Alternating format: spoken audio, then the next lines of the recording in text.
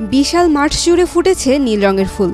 প্রকৃতির রঙিন ক্যানভাস যেন জীবন্ত হয়ে উঠেছে জাপানের হিটাচিনাকার হিটাচি সিসাইড পার্কে। মাঠে লাখো নেমুফিলা ফুল একসাথে ফুটে সৃষ্টি করেছে এক অপার্থিব সৌন্দর্য। নীল রঙের স্নিগ্ধ এই ফুলটি বেবি ব্লু আইজ নামেও পরিচিত। ফুলের এই নীল সমুদ্রে হারিয়ে যেতে ভিড় জমিয়েছে হাজারো মানুষ। নীল ফুলের ঢেউয়ের মাঝে হাঁটছেন দর্শনার্থীরা।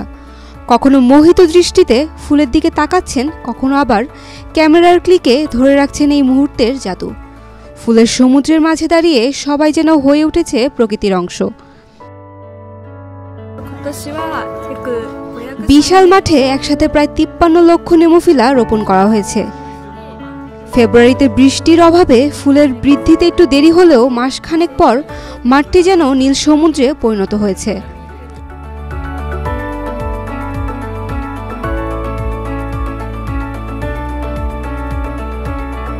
ফুলের সৌন্দর্য উপভোগ করতে এসেছেন এক দম্পতি।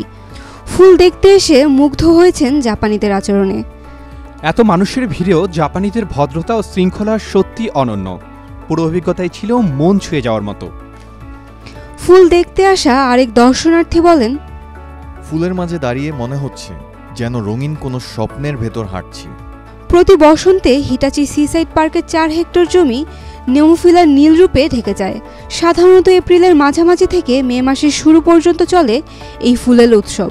এখানে আসলে মনে হবে এ যেন প্রকৃতির আঁকা এক নীল জাদুকরী ছবি, যেখানে প্রতিটি পাপড়ি গল্প বলে নীরব ভাষায়।